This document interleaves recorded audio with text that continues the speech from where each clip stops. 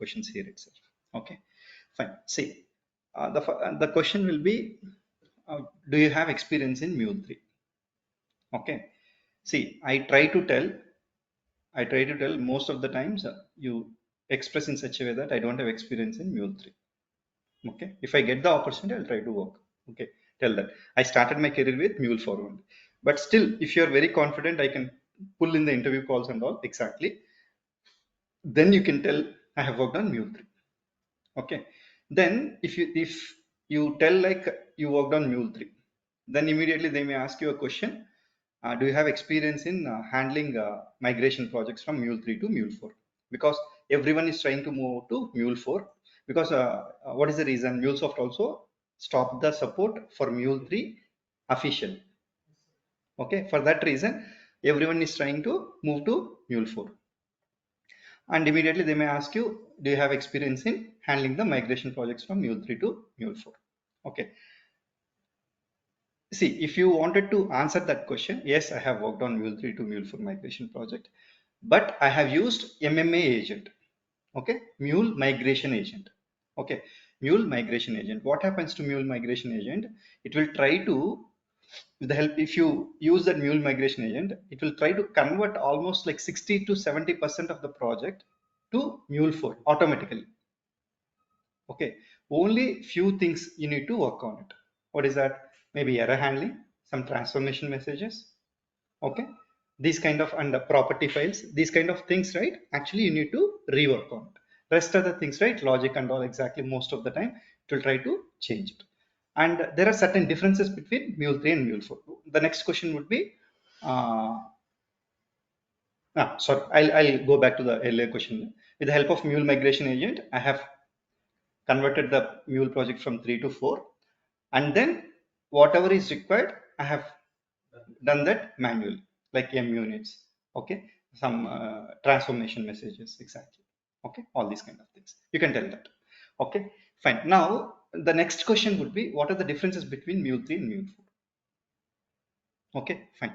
The normally, if you observe the Mule 4 project, right, it is in a proper structure. What is that structure? Maven structure, because Maven is used as the default build tool for our MuleSoft, exactly. Okay, for that reason, it is already Mavenized. In Mule 3, by default, it is not Mavenized. You need to make it Mavenized, exactly. Okay, that is one major difference which you can observe. Okay, the message structure is changed in Mule 4 when compared to Mule 3. Okay, Mule 4 structure is payload, attributes, and variables along with error object whenever error is raised. But Mule 3 has payload, inbound properties, outbound properties, variables also. It's in different structure, exactly. It's not like single variable. They had different variables, record variables, session variables, and flow variables. Okay, next, Mule 4 has a self-tuning runtime engine when compared to Mule 3. See, because of this, what happens? The performance of the execution of your request will be increased, exactly. Okay, it has a self-tuning runtime engine. Automatically, it can do certain things, exactly, when compared to Mule 3. See, whenever there is a major change, then only they change the major version. Otherwise, they will go for now 4.0, 4.0.1, 4.1, 4.2. This way, they will try to change. Whenever there is a major change, then they will go for 3 to 4 or 4 to 5. Okay, fine. Now, and in Mule 3, there is a Mule expression language. MEL, Mule expression language. And that is completely replaced by DataView in Mule 4. AnyPoint Studio 6.x works with 3.x. Okay, what is the Studio version? 6.x, maybe 6.1, 2, 3, that way. But with 4.x, 7.x will work, exactly. See, at least if you can tell these 3, 4 changes, there may be other changes also. Now target variable is there. Instead of target variable, you have enricher in Mule 3. Enricher. Okay, there are so many differences, exactly. Okay, but I have listed out some differences, and even error handling is different. Okay, error handling is different, which can be majorly contributed.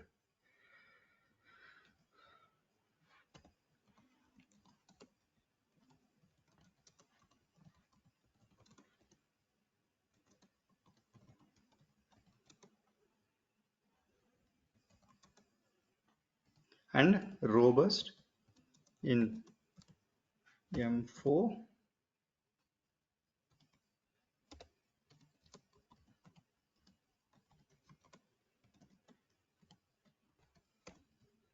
Okay, fine. These are the certain some of the differences between Mule 3 and Mule 4. Okay. Now they may ask you the question. Just give me a moment.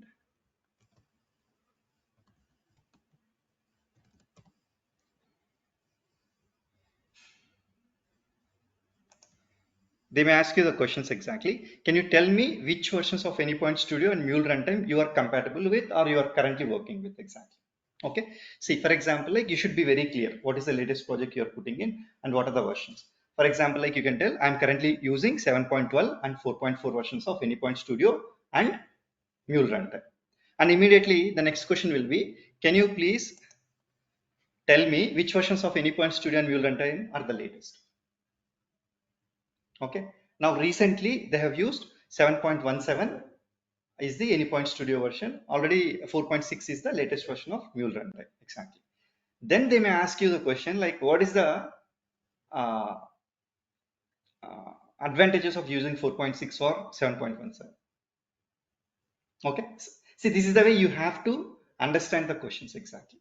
Now, how to get the information? Okay, you can go to MuleSoft release notes. Okay, 7.17. There you can see, or you can read out some blocks. Okay, see if official documentation seems little bit difficult for you, what you can do, some people will simplify and write the blocks exactly. Okay, you can go there and note down the points and then you can do that exactly. Okay, fine. What I'll try to do, I'll try to keep these in the same order there itself.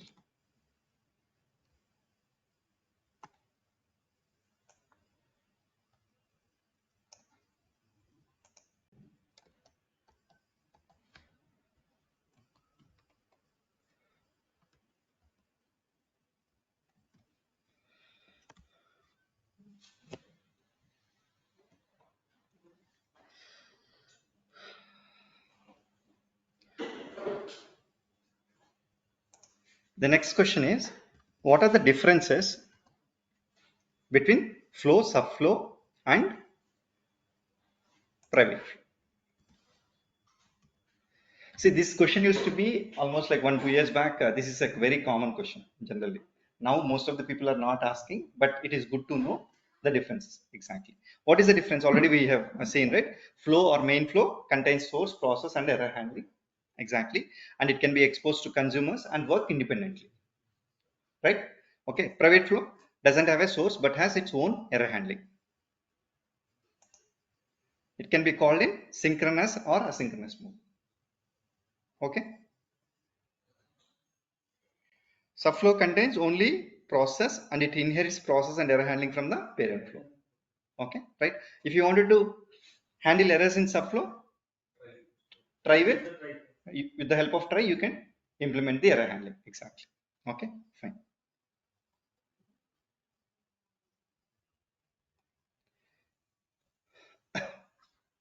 See, when it comes to connectors, right? File FTP and SFTP, you can go for questions are related to FTP, file and SFTP. See, if you learn one right, it will be very, very easy to correlate the other two things. Okay, file FTP and SFTP. Okay, file, what is the configuration required for file? Only directory and path only, right? Okay, see, file means when do you go for file? Hmm? No, those are operations. When do you select file?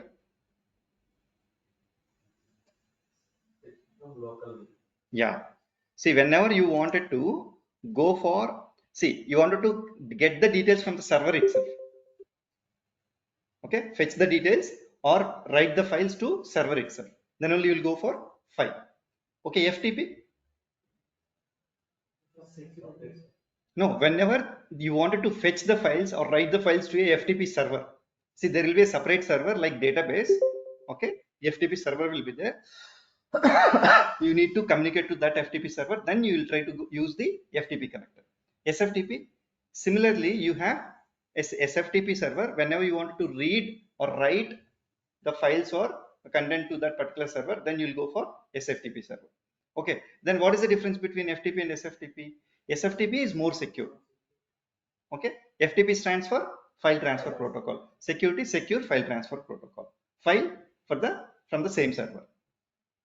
Is that clear? Okay. Now, what are the configurations required? File, mention the path. Only the path, right? Because already you are in the same server, there is no need to give the other accesses. But you need to have the access, read or write access. For example, like if you want to read the file, you need to have the read access. If you want to read and write, you have to have the read and write access exactly. Okay, that for that folder, because there may be different servers for the server, right? Different users for the server, right? Okay, if you are not an if you are not the user who has the access to that particular folder, you don't have the read access. Automatically, you will not be able to read the file. Those kind of errors may arise in between. Okay, that's why you need to assign the read and write access properly. Okay. Now, FTP server, host, port, username, password, and path. Because you are connecting to a server, okay, there is the same pattern. If you observe HTTP requests, if you observe database, small differences only. FTP, host, port, username, password, and path are required for configuring the FTP server. SFTP, some other details, authentication details. Same, host, port, username, password, path, authentication details. If proxy details are required, you can configure the proxy details also. Okay. And immediately the question will be, what are the different operations in those connectors exactly? What are the different operations? Okay, read, write, okay, create directory, list, on your updated file, copy, move, write. These are the operations. You should remember these at least 3-4 operations which you have worked on. Okay, at least you should tell. Now, what is the read operation used for? To read the file. List, to list all the files in a directory. For example, like there is a folder, there are some files, 4 files or 5 files. Do you receive the content also? Only the file names? No, you will receive the content also. Okay, content as well as the file names will be there. Okay, fine. On your update file, it is a inbound connector. It will be in source. It to trigger the flow when there is a new file or update in the same file. Okay, it can be used in the source. Copy, to copy the file content. Move file from one directory to another directory. Directory means nothing but folder to folder. That's it exactly. Write means to write the content to a new file. Okay. Next, to create directory, to create a new directory. Whenever you wanted to create a new folder, then you can go for create exactly. Create directory. Now I miss this point. So they may ask you, like with 0.1 vCore, what is the size of the file you have used exactly? You have processed. See, for example, like you can tell like 10 MB file will be handled by 0.1 vCore as per my experience. I have seen that in my, but I haven't tested it till which MB we can process it. See, even 10 MB file also can be handled with 0.1 vCore. I think till 15 or 16 MB file also can be easily handled. Okay, with the help of 0.1 vCore. See, based on this, then you can easily understand, right, how much vCore you have to allocate for your API. Got it, right? Okay, fine. If it is not supported, go for vertical scaling by increasing the vCores. Got it, right?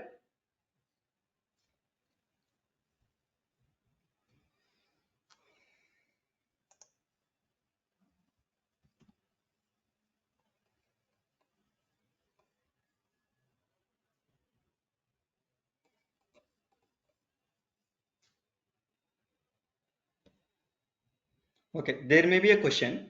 Okay, there may be a question. The file size is bigger.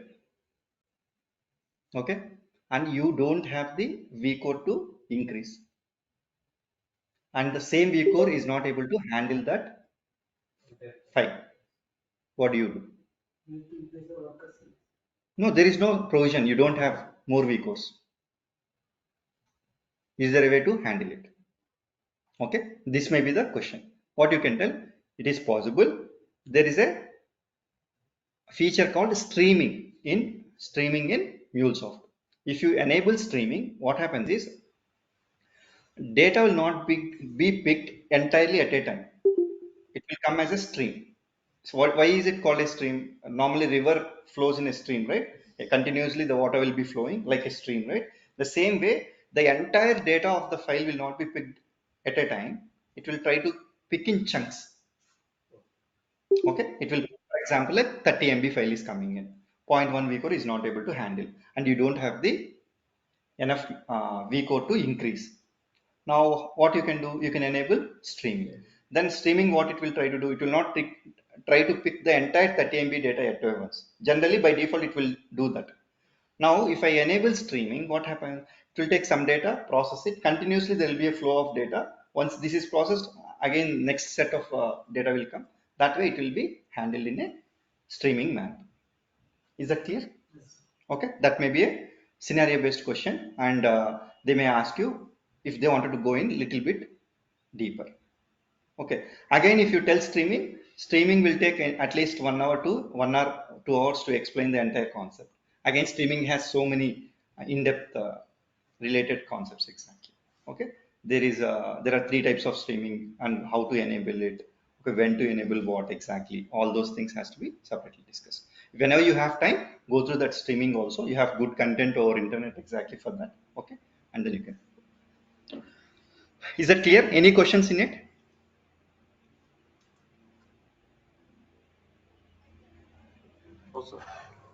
No. Okay. Now, see, and one more thing I just wanted to mention for all the components. Now, if they ask you, what is a scheduler? You should be able to tell. What is a choice router? What is a scatter gather? What is flow reference? What is transfer message? What is connector? What is component? Okay. I'm not putting, I'll put some questions on that exactly, but you need to be alert. A one line answer for that particular question, at least. Okay, got it right? Now, what is fixed frequency and cron? Okay, right? Time specified to poll at regular intervals is the fixed frequency. For example, 1000 milliseconds. Where is it used? It is used in scheduler. Okay, and cron job. Cron is used to describe time and date information. The scheduler will check, and whenever the cron expression matches, then it will trigger the flow. Okay, expression and time zone are required for configuring the cron job. Right? Expression as well as time zone also. Cloud Hub, what is the default time zone? UTC, right? Yesterday we discussed. If you wanted to trigger in other time zone, you have to mention it here. Got it? And what are the configurations in fixed frequency? Frequency, start delay, and time unit. Start delay is an optional parameter. The rest two things like time unit as well as frequency has to be defined for it exactly. See, this is a tricky question. How do you make sure another trigger will not be initiated by the scheduler component till the previous trigger completes the process? Okay, for example, we told every 5 minutes. I explained this, but I'll re-explain once again. Every 2 minutes. Okay, scheduler will trigger every 2 minutes. Now, normally every time it completes the process by 1.5 minute or 1 hour 10 seconds like that. But this time it is taking more than 2 minutes. Now what happens? Another scheduler trigger also will get triggered and it also starts the process. Okay. Normally, I don't want to go for that. The one way is to increase the scheduler time. Okay. One way is to increase the scheduler time, maybe from 2 minutes, 3 minutes or 4 minutes. Okay. That's not the condition. Tomorrow, the same process took 4 minutes. That's not the permanent solution, right? That's the reason we will configure disallow concurrent execution equal to true as an attribute in the scheduler XML tag. Okay, if you mention this, what happens? It will wait for the previous trigger to complete and then only the next process will be started. Okay, is that clear?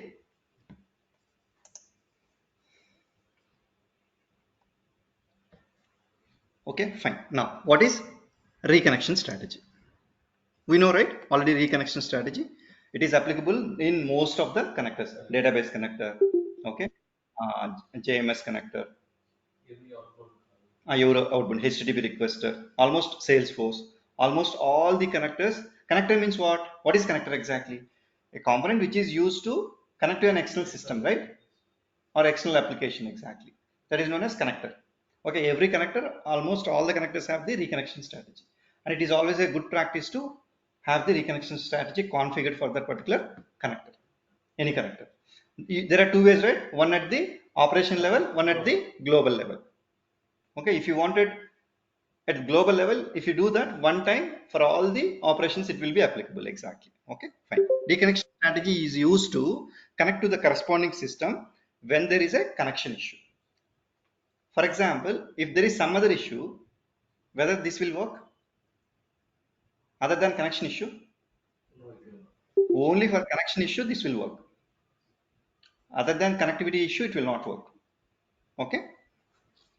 We have three values in the drop down: none, standard, and forever.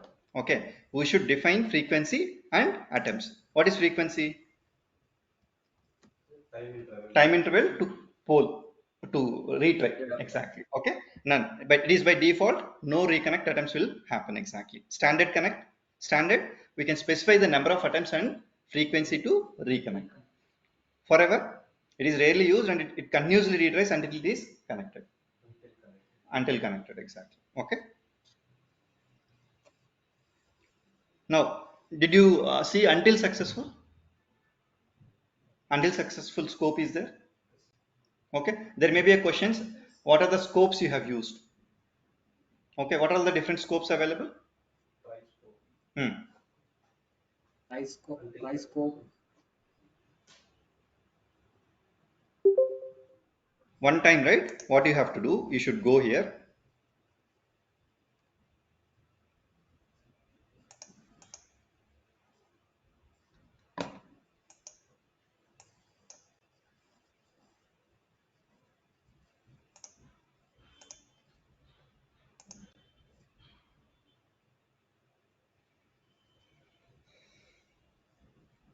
You should check out this.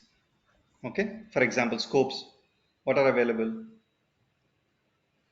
See, transformers, remove variable, set payload, set variable. Scopes, any, async, cache, flow. Even flow is also a scope only. For each, parallel for each, subflow, try until successful. Got it? At least you should know. And routers, choice, first successful, round robin, scatter gather. At least you can tell what? Scatter gather and choice. Error handling already you know. Error handler, on a continue, on a propagate, raise error.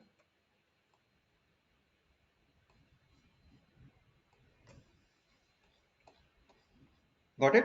At least you should be aware of exactly. What is a router? Router will route the request based on the condition exactly. Yes or no? What is a component or what is a connector? Component is nothing but something which can process the message in MuleSoft. Connector means which is able to connect to a system. Okay, is that clear? Okay, now I'll go back. See, what is until successful?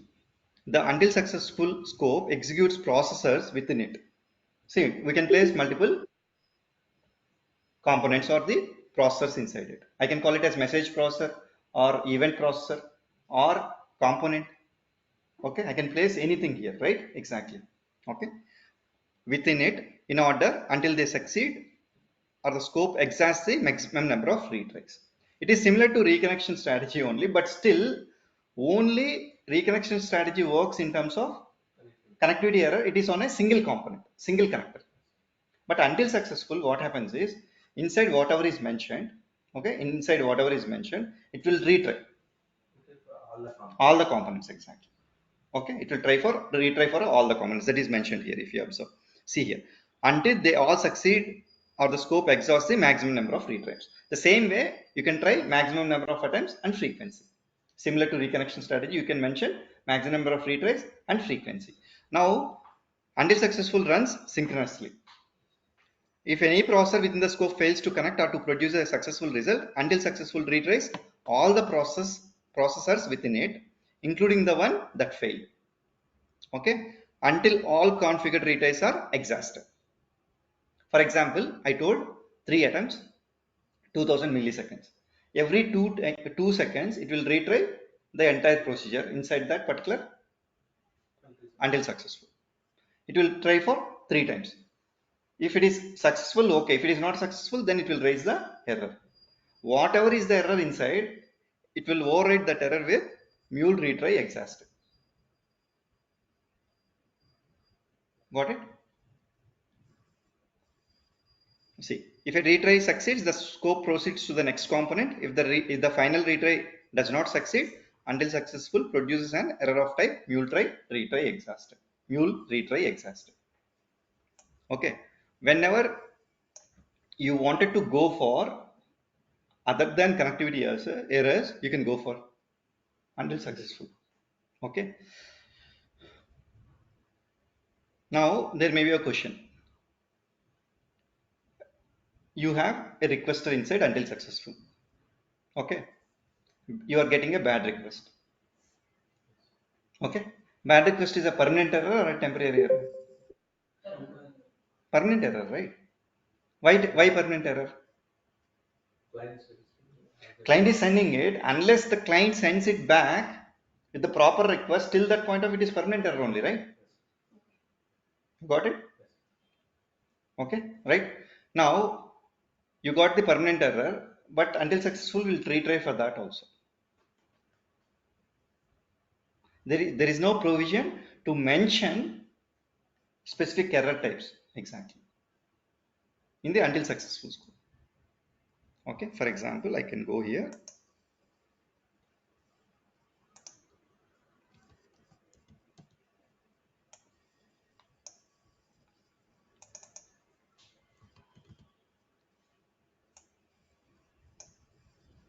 Bad request is coming. Again, it will retry. Okay. Now to do this exactly, there is again a separate complex mechanism. Okay, little bit of complex mechanism where we can use try block, until successful, and validation module. Okay, with the help of these three, you can specify for what kind of errors you wanted to retry.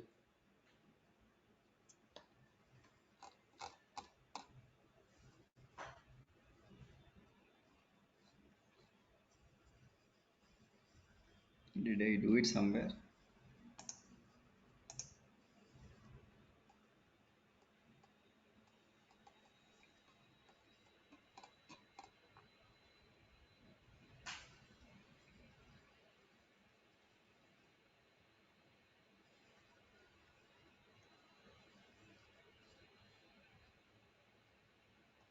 Okay, I don't think I have that exactly. Okay, to show. Okay, with the help of what all components? Try component, until successful component, on error continue, and validation module, you can specify whatever error whatever error type you wanted to process, you can specify that exactly. Otherwise, right, directly only until successful will take all the errors. Okay, because if you see, is there any way to configure any error types here? Only retries are there and milliseconds. There is no other provision to configure. Okay, fine. When you will go for this until successful, whenever you wanted to connect to a different system, maybe HTTP requester or database. Okay, this kind of other than connectivity errors, obviously you'll be trying to get it right. Okay, in those instances also you can go for until successful, and then you can put some retries also. Okay, fine. Is that clear? I'll go to next one. Hmm.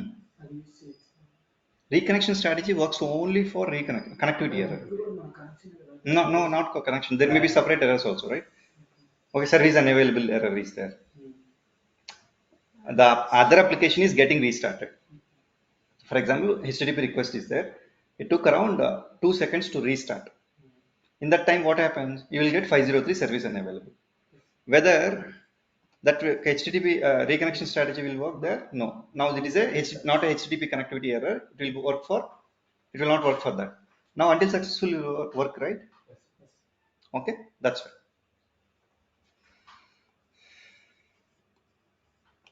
Now, what is the difference between reconnection strategy and until successful scope?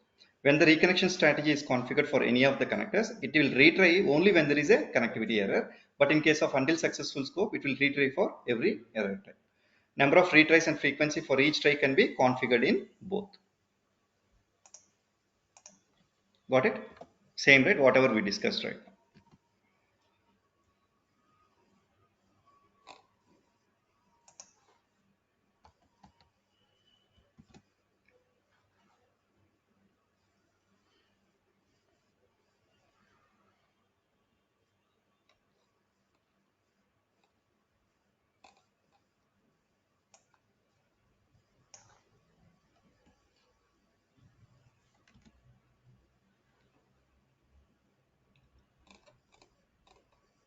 See, normal most of the time the normal question will be what is the difference between parallel for each and for each, or for each and parallel for each, and what is the difference between parallel for each and batch processing. Okay, I have configured at the same time what is the difference between for each, parallel for each, and batch processing. Okay, fine. Now see here, for each component process messages sequentially and it is single threaded. Only one thread will be created, and then with the help of that thread the processing will be happening one by one. For each execution will stop when an error is raised. It won't alter the original payload. As soon as you get an error, automatically the error will be raised and the process will be stopped. Okay, parallel for each component process messages in parallel and it is multi-threaded. Okay, it will execute all routes before it raises the error type, mule composite routing error. We have seen this, right? Okay, for each also we have seen, for parallel for each also we have seen. Okay, it will wait for the other routes to complete and then it will come to the error. Exactly, then it will raise the error. The error will be mule composite routing error. Then what is the output of parallel for each? The collection of all the routes, right? Aggregated result, right? Okay, it outputs a collection of output messages from each item. Okay, we have the provision to control the number of threads by specifying the maximum concurrency property. There is a property called max concurrency, right? We have seen that, right?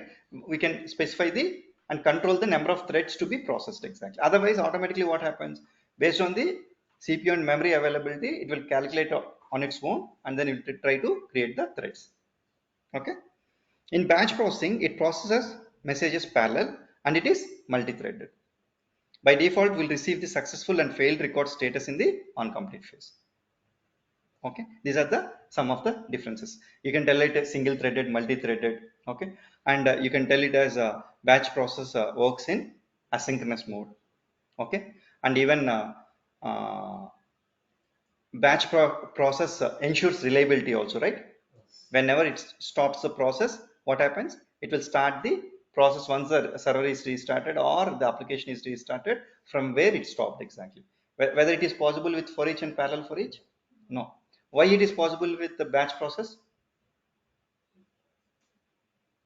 In the load and dispatch phase we are trying to load the records into persistent queues, right? Okay, that is the reason that reliability is available for batch processing. Got it? Okay, fine. Now I told the same answer, right? Explain the differences between parallel for each and batch process. Okay. Now it is also used for, both are used for processing huge data. Okay. Now parallel for each will act in synchronous mode generally. Okay. Synchronous mode means what? It will, and that processor will wait for the total process to complete and then only it will go to the next component in the process exactly. But batch processing, it is in asynchronous mode. Okay, that is one thing. And parallel for each ensures non-reliability, right? There is no reliability there. Okay, and robust error handling is possible in parallel for each. No, right? Okay, in batch processing, in the next step, you can do proper failed records handling also, right? Exactly. Okay. See, these are the some of the pointers which you need to mention. Okay. If they ask you, another question would be when to go for parallel for each and when to go for batch processing. For example, most of the people will say an answer. If it is a medium size payload, go for parallel for each. Huge data, go for huge means what? What is the number? See, large amount of data, but what is that large?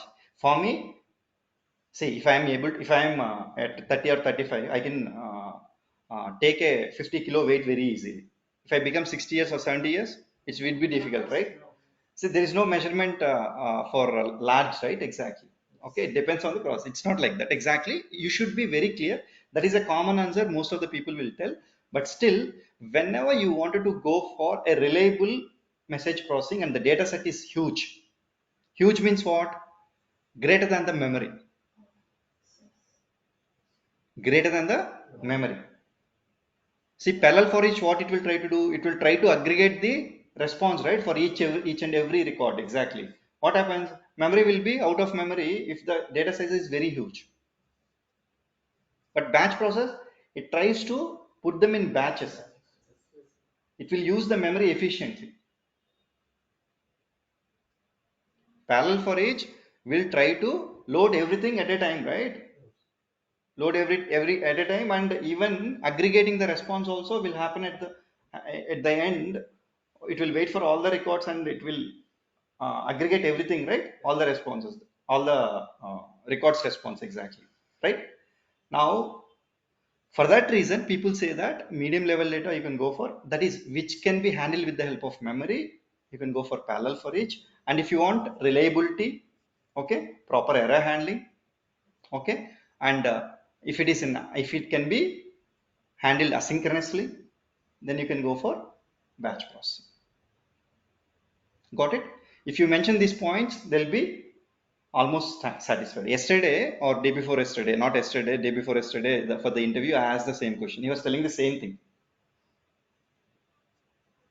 For medium level data sets, I'll go for parallel for each, and for large data sets. What does large data set mean? Where your memory is not able to handle it. Okay, and I told you, if you have a possibility of handling them asynchronously, go for batch processing, and if you want reliability, go for batch processing. Okay, got it? Yeah. Any questions here? See, based on these questions, you may get multiple scenario based questions also. You have to frame it. I cannot tell each and every question here. Okay, got it, right? Any questions? Shall I proceed to the next one? Proceed also. Okay. See, I already told, right, what are the differences between parallel for each and batch process. Okay. See, this maybe if they ask related to AnyPoint Exchange, right, this may be the only question. That's the reason I inculcated it here itself. What is AnyPoint Exchange and why is YAML published to Exchange? Okay. AnyPoint Exchange is a central repository to share MuleSoft, multiple resources such as API specifications, connectors, examples, templates, okay, within or outside the organization also. What is, how do you do outside organization? There is a feature called API portal, right? Okay, where is it available? In Exchange only. Okay, with the help of that we'll be able to do it. See, why is raml published to Exchange? We know, right, raml is published to Exchange because to give to access to stakeholders and also to create the policies in the API manager, to apply the policies in API manager. Okay, fine. Now see here, what is a custom connector? See, MuleSoft has given almost so many connectors, 300 plus connectors to connect to different systems and applications. For example, if there is no connector available to connect to a system, okay, now you can develop a connector based on the requirement. Okay, in that instance, what you have to do, you have to create a custom connector. If they ask you, do you have any experience in creating custom connectors? Again, it will take around 4 to 5 different sessions for doing that exactly. You can tell that I don't have any experience till now. If you tell yes, immediately they may ask you to tell the steps to create the custom connector.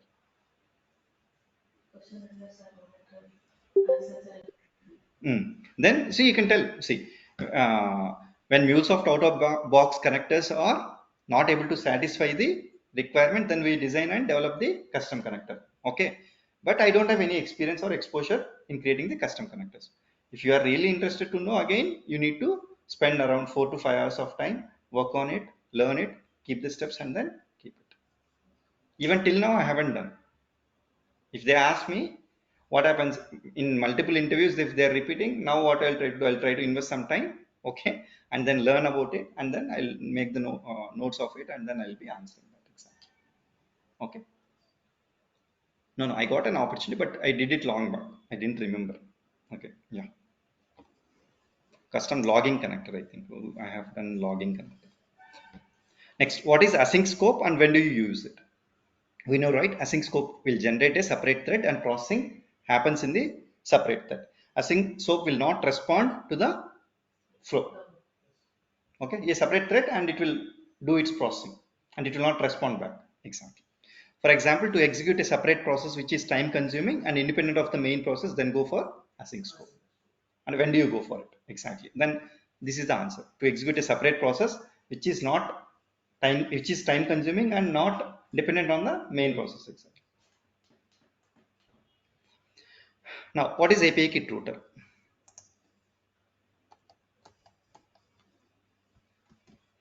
And what are the functionalities of APIkit router? Exactly. Okay, APIkit router does the following. What does that exactly? Generate flows from API specification. What is that process known as? Scaffold. Scaffold. Good.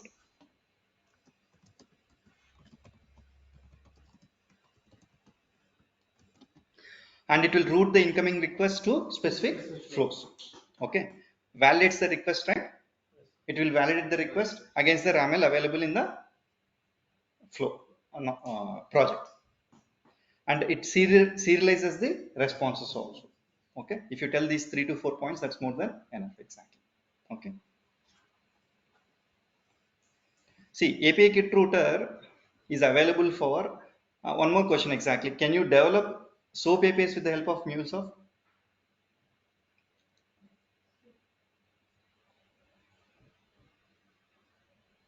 You can develop. Again, APIkit router will be there for SOAP service also. This is for APIkit router, whatever we are trying to use, right? For RAML and OAS, it is APIkit router for REST services, exactly. Okay, there is a separate router, APIkit router for SOAP services, and there is another concept called GraphQL. Even there is APIkit router for GraphQL services also. Okay, but don't worry about those at this point of time. They may, if they ask you, is it possible to develop SOAP services with the help of MuleSoft? Yes, it's possible. There is a separate APIkit router for SOAP services, but I have never done that. You can tell that. Okay, right? Now, what is APIkit console? See, whenever we generate a API flow based on the API specification, what happens? APIkit flow will be generated, APIkit console also will be generated, but we never use that most of the time. Okay. Now, what is that? APIkit console is a web-based user interface that allows developers to interact with and test APIs built with the MuleSoft AnyPoint platform. You can test with the user interface kind of thing. Exactly. That's it. It provides a graphical interface to explore APIs, view their specifications, test them with real data. Okay. The console is built on top of the RAML specification and provides the interactive documentation for the API. See, the same point has been explained in a detailed manner. Exactly. If you can tell that APIkit console is a web-based user interface that allows developers to interact with and test. Exactly. Now, what is a connector? Already we know, right? What is a custom connector? The same way, connector. Connector is a MuleSoft component used to connect to an external system. To configure the configuration properties depend on the type of connector used. For example, DB, FTP, SFTP, Salesforce, JMS, all these are the connectors. Example. What is a transformer in Mule? Which is useful to transform something, right? That is known as transformer. It is used to transform the message from one format to another format or transform the data.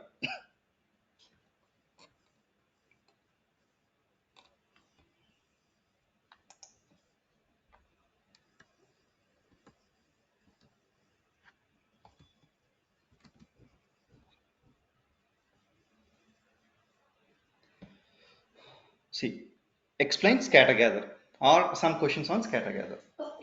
Okay, what is scatter gather?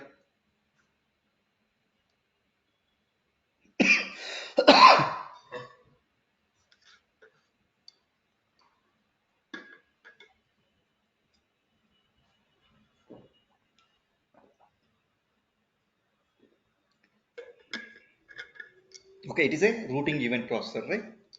It also routes, right? Like choice router, basically. Okay. But what it will try to do, it will scatter the same request to multiple routes. Response, exactly. Scatter gather is a routing. That's what terminology is very, very important while explaining in the interviews. Exactly. Okay. Try to, for example, as soon as you get scatter gather question, try to use this routing event processor. Okay, that way if you use your language, right, it differentiates from the other people. Okay, scatter gather is a routing event processor that routes a mule event through all the routes in parallel. Okay, after processing the mule events in parallel, it will create a new consolidated mule event, okay, which consists of events of all the different routes.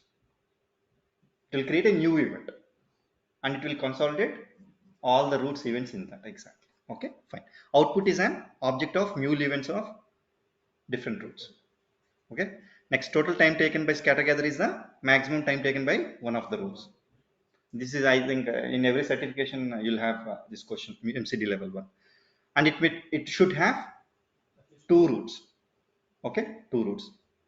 It will raise mule composite routing error when one of the route fails.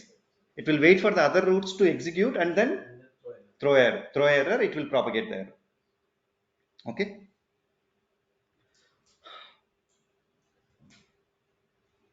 and how to handle error handling? Try scope and honor a continue, right? Already we discussed that in the error handling part, if you remember. Exactly. Okay, try scope and honor a continue, then it will proceed with the further. See, yesterday I have asked a question to the person, the last week interview. There is a variable before scatter gather. Okay, there are three routes. I have altered that variable in all the three routes.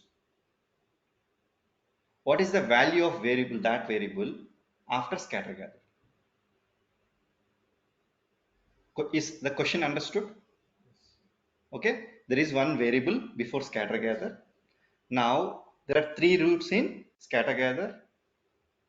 Event, this particular variable will be propagated to all the three routes, right? Now in each and every route it is altered.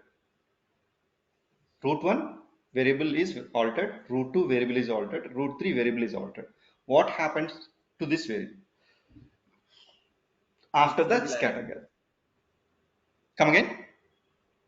It's a single array. Yeah, we'll receive an array of the altered values in each route.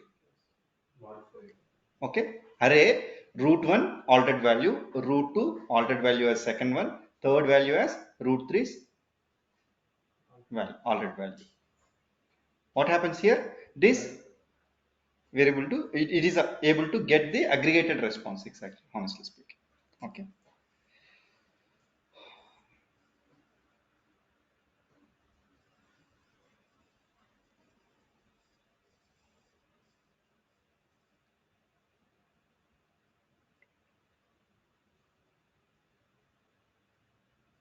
Whether, see, for example, a new variable is generated in one of the routes. Is that available after scatter gather?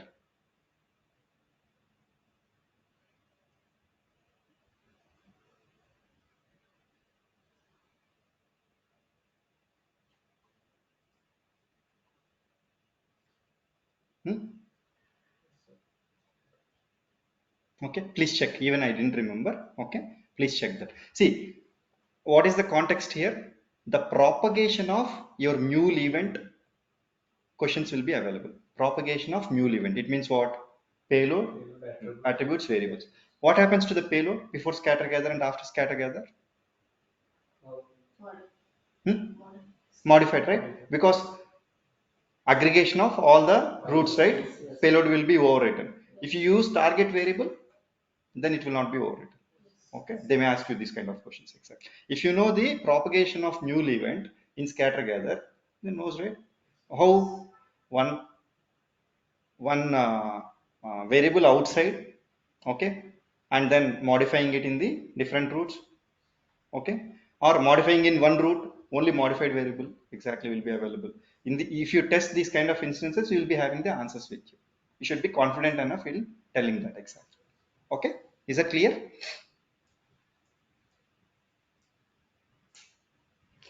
Okay, if I wanted to make the scatter gather synchronous, can I do that? Hmm?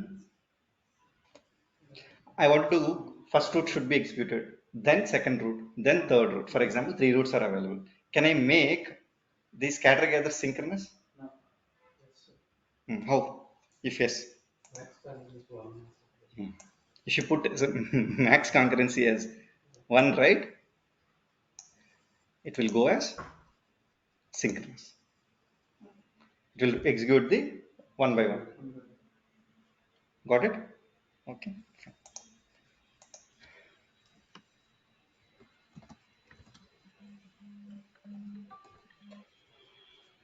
I think we can write all these questions, right?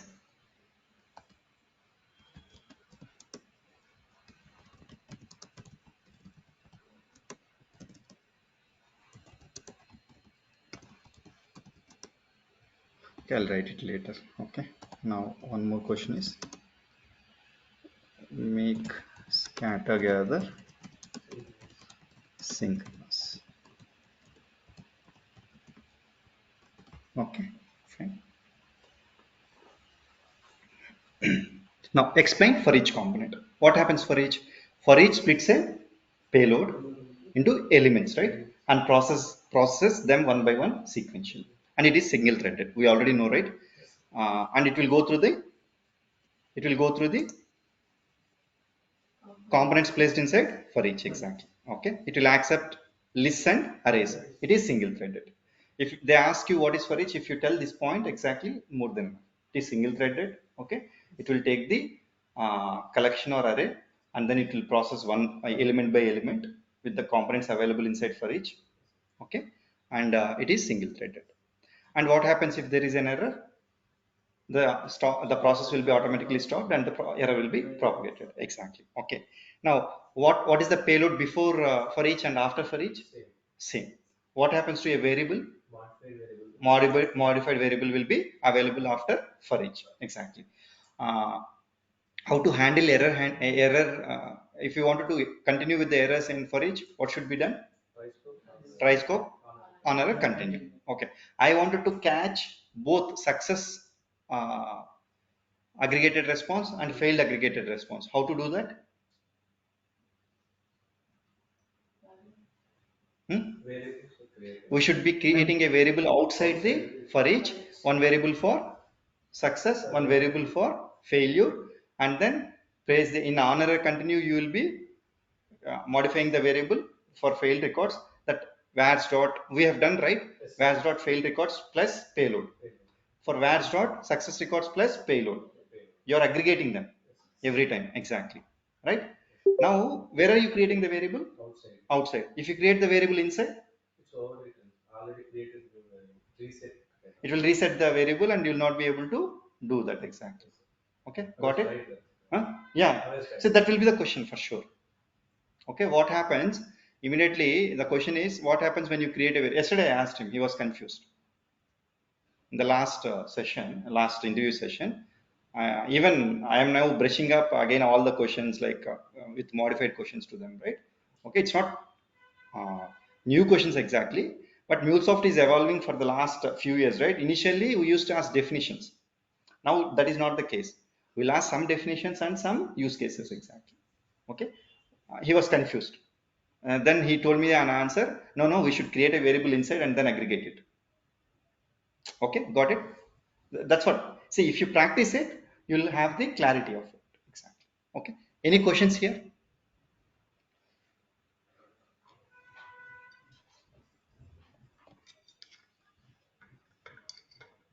No. Okay.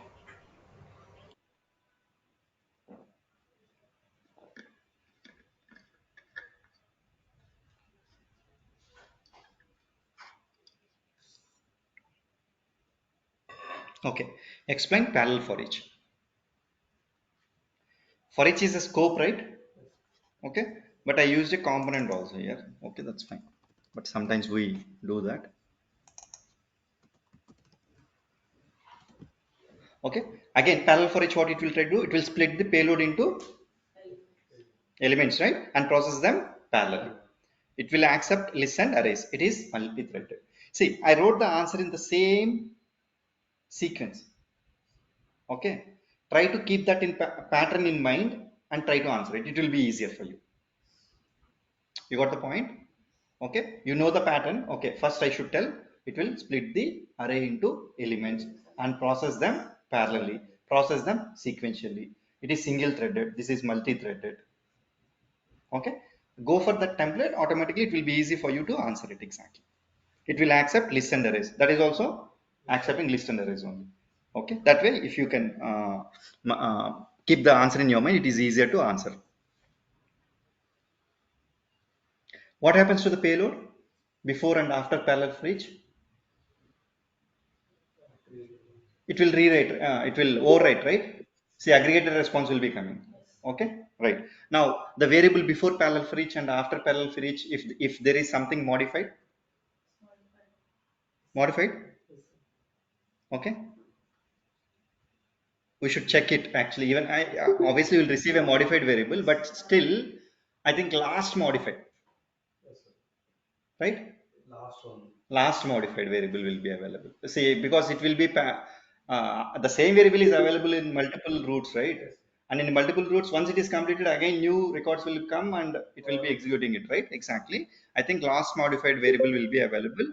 And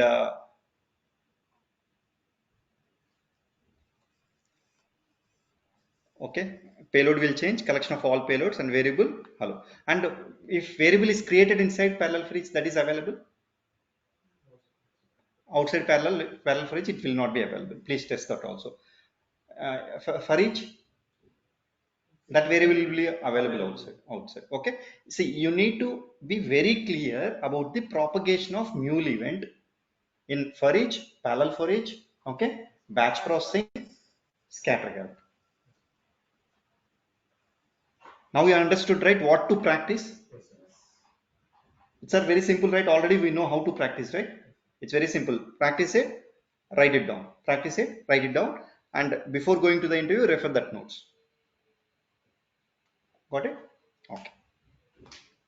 Most probably I'll do that, but it may take time for me. Okay, again, while writing it, I should not forget the answer and write some wrong thing here, right? If I write something wrong here, what happens? You also follow the same thing, and because of that reason I didn't write those questions exactly here. Okay, fine. Okay, what are the connectors that support transactions? Any idea in this question? Okay, before going to that question, what is a transaction?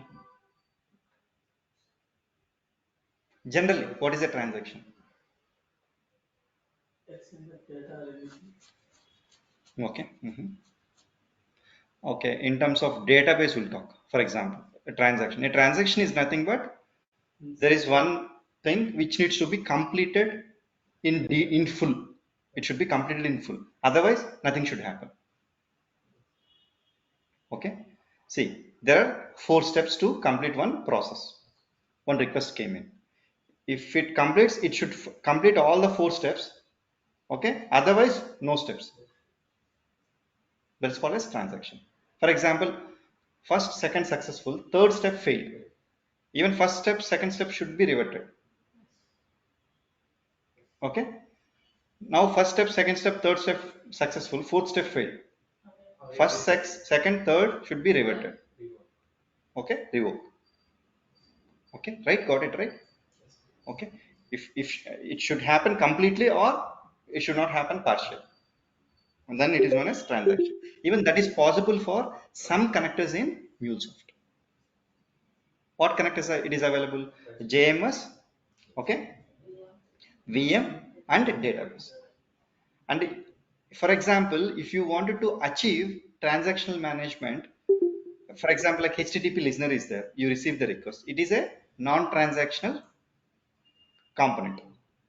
Okay. Now what happens? It's not transactional, right? Now you wanted to make it transactional. Then what happens? With the help of try scope, you can make into transactional, and then you can go for the process. You can, what happens? You can put the components which are required to be processed under try, and then you can make the transaction management. Again, it will take a lot of time to understand the transactional management. I told you there are two uses of try scope. One is to handle the errors at the component level or the scope level exactly, or transaction management, not or and transaction management also.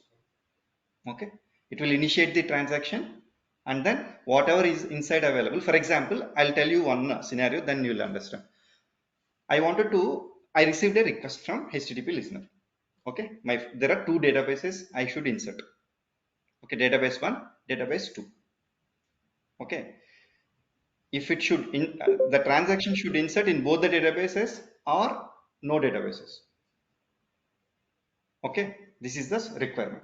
As soon as I come here, what I'll try to do, for example, listener received the request, right?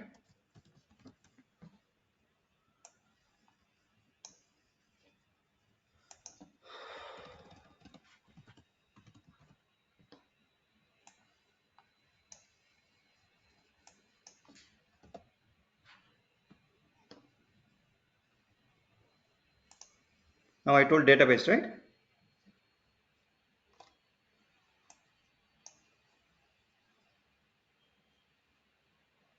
I need to insert in two different databases. Okay, one is MySQL, one is Oracle.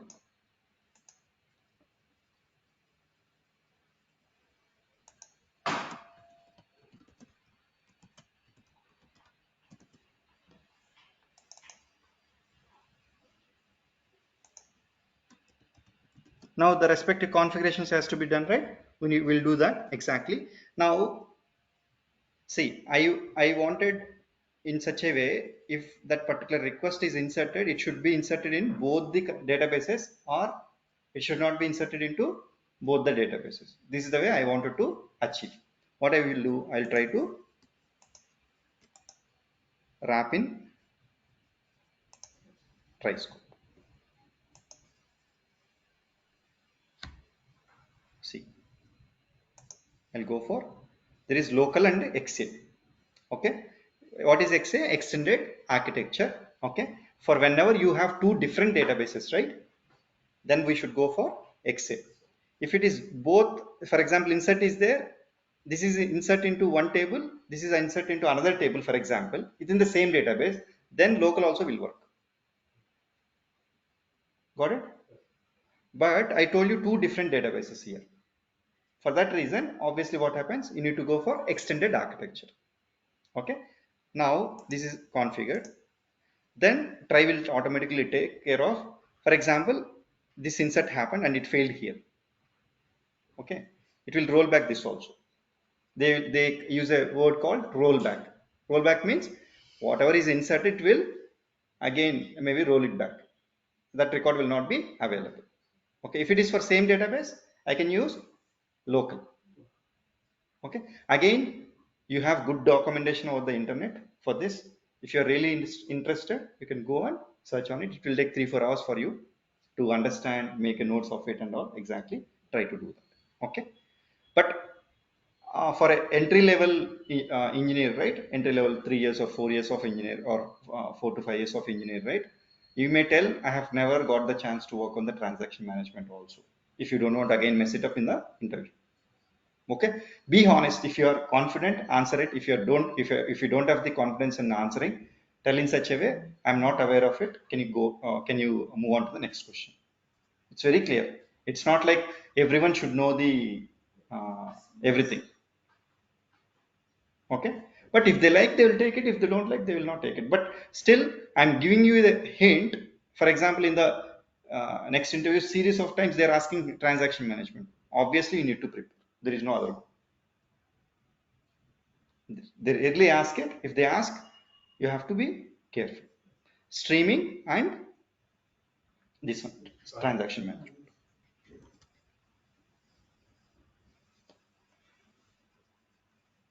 Okay, what are the connectors that support transactions? JMS, VM, and database by default. Okay. Whenever you wanted a non-transactional one and you need to convert that into a transactional one, try scope. Okay, got it. If it is same connector, different operations, then you can go for local, different connectors. Then you need to go for XML. Whether Salesforce will support Salesforce connector will support transaction? No. HTTP request? No. Okay, remember only JMS and DB will be VM will be supporting transactional kind of what to say transactional type of operations exactly.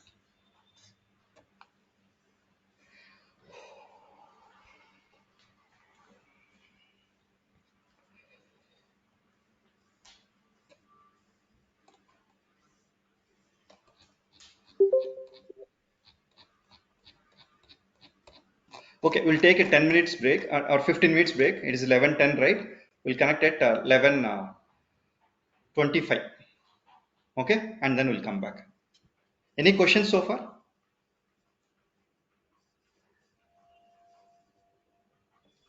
Okay then. This Let's come back. conference will now be recorded. Okay, fine. Now,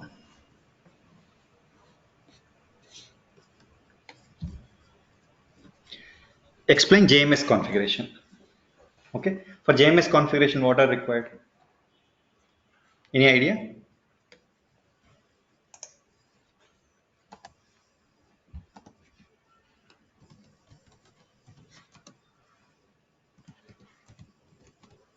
I think there are three libraries, right? Okay, three libraries are required: username, password, and then broker URL, right? Broker URL. Okay, broker URL for JMS, ActiveMQ. Okay. Now what happens? Required libraries. Okay, and then username, password, and broker URL. These are required for connecting the. You should be very clear. Whenever you are mentioning the connectors, okay, you have to be very clear about the configurations required for those connectors for sure. Okay, at least the required important things exactly.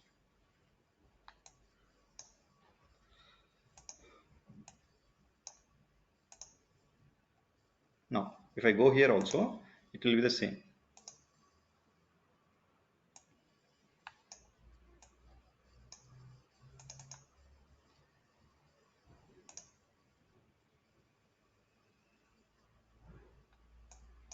See, these are the required libraries. What is that? MQ client, broker, KahaDB.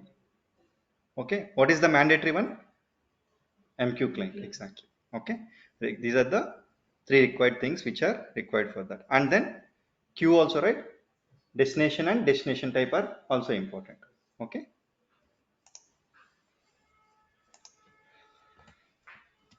See, now what happens is this gives the confidence that you have really worked. Okay.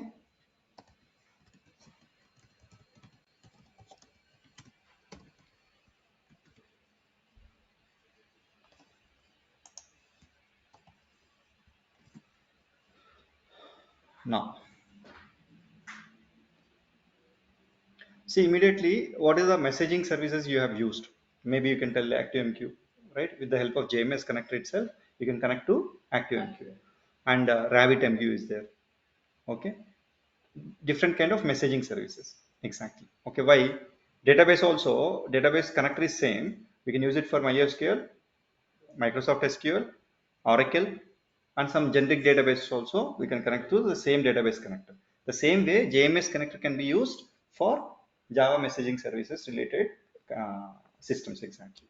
Okay, one is ActiveMQ and the other one is RabbitMQ. You can specify ActiveMQ because it is a open source one and can be utilized by anyone.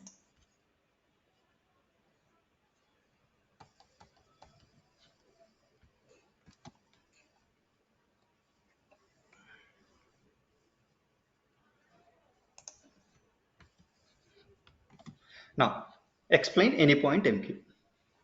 Okay, see what is AnyPoint MQ? Again, it is a messaging services provided by MuleSoft. Okay, AnyPoint MQ requires a separate license. It is a cloud messaging service that performs async messages between applications. Okay, we should go for other MQs. Then what is the question? Explain AnyPoint MQs. Why should we go for other MQs when we have AnyPoint MQ? Okay, this may be the question. Now we should go for other MQs when you want to host apps on premises. See, AnyPoint MQ is available on only cloud based exactly. Okay, it's not available on premises systems. Okay, that is one use case when you can go for other MQ services. Which one? AnyPoint MQ can be used either on premises, not AnyPoint MQ, sorry, active MQ. For on premises also you can use active MQ. Okay, and based on the business requirements, sometimes business tells like we want this particular queue system, and based on their requirement they will be going for a different queue system exactly. Okay, right? What is the instance?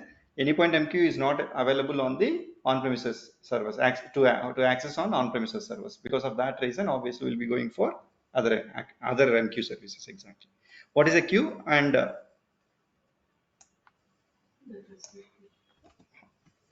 what is a queue? Queue is a pipeline of messages where a message comes in and goes to just one subscriber.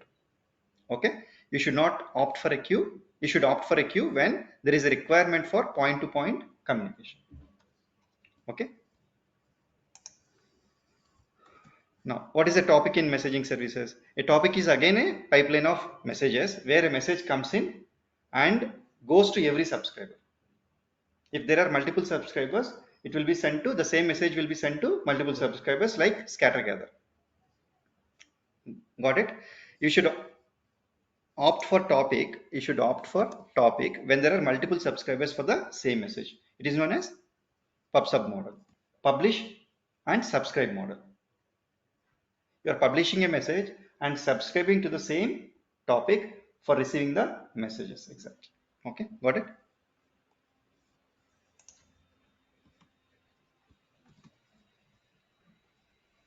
Now, what are the differences between queue and topic, or queues and topics? See, the differences between queue and topic is same. There are two things. One is delivery model. The other one is message order and consumption. Okay. See, queues follow a P2P, right? Point-to-point model, ensuring a single message is delivered to only one consumer. Okay. Conversely, topics utilize a publish subscribe model where a single message can be broadcast to all interested subscribers exactly. Okay, the same thing whatever we discussed in the above two questions, I'm trying to tell the same thing, but I'm trying out a different way to express the differences exactly. Okay, fine. And message order, what happens in queue? In whatever message, whatever the order we receive, the same order it will be sent out. Okay, queues guarantee messages order. Messages are processed in the order they are received. Each consumer retrieves and processes messages at a time, one at a time. Topics, on the other hand, don't guarantee message order. Okay, it will be distributed in not in the same order, in a different order exactly. Subscribers might receive messages in a different order than they were published, and each subscriber receives a copy of the message independently. Okay, these are the differences. Next, explain VM connector and its use cases.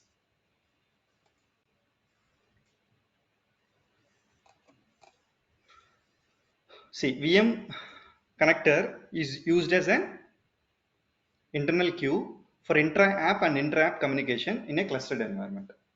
Yesterday we discussed clustered environment, right? Okay, we cannot go for a non-clustered environment. It should be in the same domain and it should be in a cluster. Then only you'll be able to use the VM queue. Otherwise, it is not available outside of the application. Inter-app communication is not possible. Only within the app it is available. Okay, what is intra-app and intra-app also we discussed, right? VM queue is used as an internal queue for intra-app and inter-app communication in a clustered environment. Intra-app means within our application itself, from flow to flow, okay, flow to subflow, subflow to flow, configuration XML files, different configuration XML files. That is intra-app. Inter-app means different application. Application 1 is there, application 2 is there, and VM queue in application 1 needs to communicate to VM queue in application 2. How is that possible if they are in a cluster? Okay, is that clear? Okay. Now it works in async mode. All the operations in VM connector work in async mode. Only publish consume is there, that will work in synchronous mode. Rest of the things, publish, consume, okay, all these will be in async mode.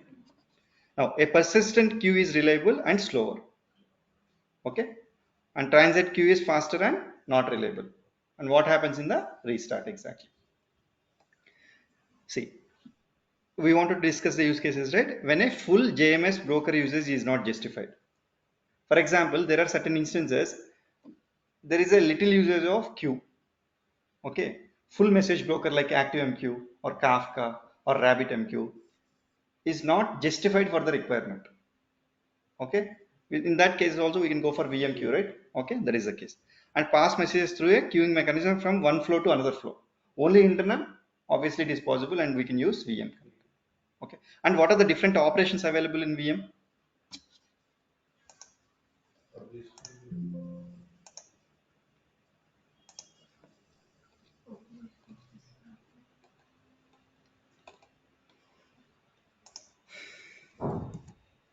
Okay, consume, listener, publish, publish, consume. Okay, these are the 4 operations.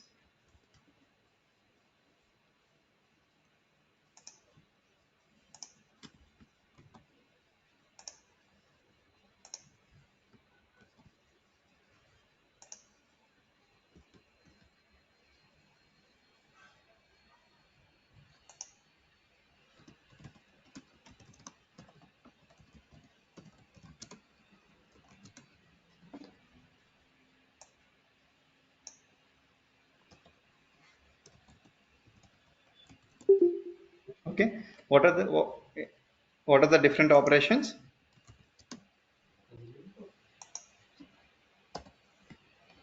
First listener, right? Okay, next publish, next consume, publish, consume, publish, consume. What is this exactly? Okay, yeah, listener, what is this? It is a source component, okay, listens to the message when a message is published.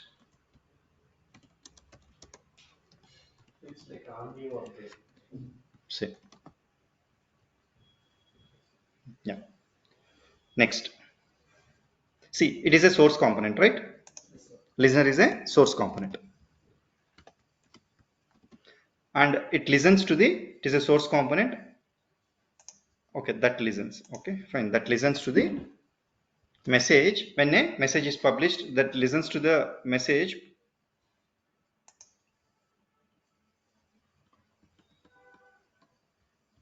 okay, published. Okay, for example, like VM connector is there, I used a publish, then message will be published, right? In another flow I want to consume that, I can use consume or listener. What happens? Listener will immediately listen to the message of that particular queue, and then it will try to send that to the flow. In consume, it will be an operation process block, and there once you receive the flow or the event to consume, then only it will be consumed. Here automatically it will be consumed once the message is published to the queue. Okay, fine. Now publish, to publish the message, right?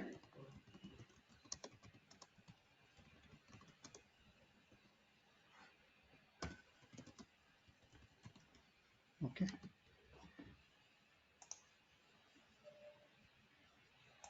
okay, to consume the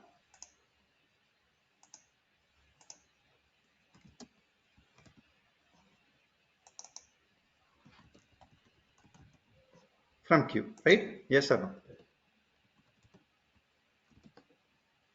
See, whenever you publish, I told it is an async operation. Okay, whether it will wait for the response or not? No, right? But if you use publish consume operation, right, it will wait for the response. Okay, publish consume, it will wait for the response and acts synchronously. Okay, right? Is that clear? Now JMS also same only, right? Okay, JMS also same. Only extra will be, yeah.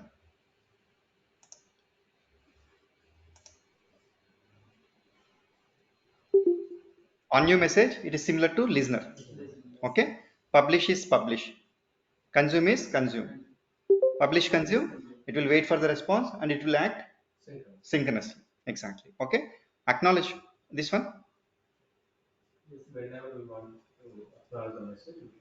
Okay, see here we have a, what we can ask, like what is acknowledgement mode in JMS connector?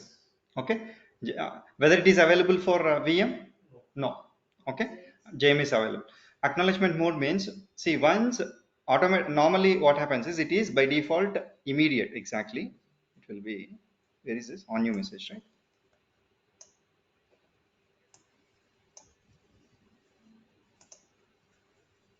See, you have a property called acknowledge mode.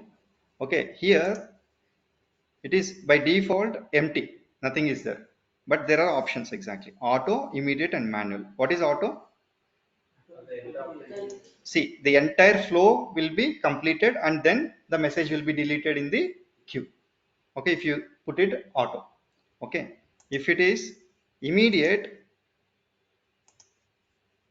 as soon as you receive the message and your message is in process, automatically it will be deleted from the queue.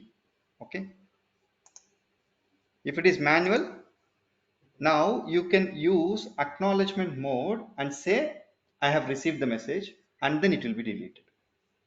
Okay, whether you can use it in the error handling part or the processing part, wherever you require, based on the requirement you can use this acknowledgement. It means that you're manually acknowledging the queue. Okay, that is the importance of it.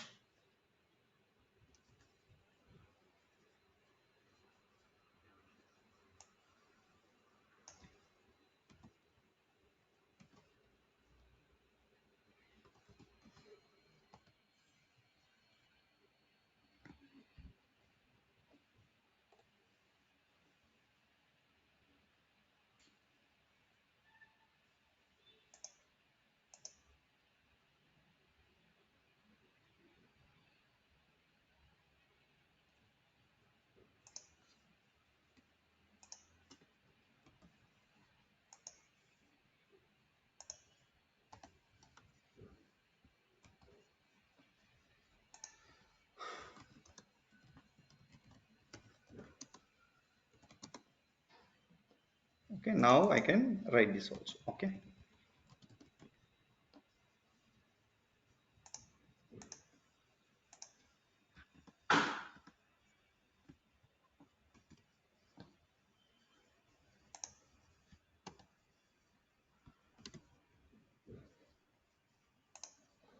now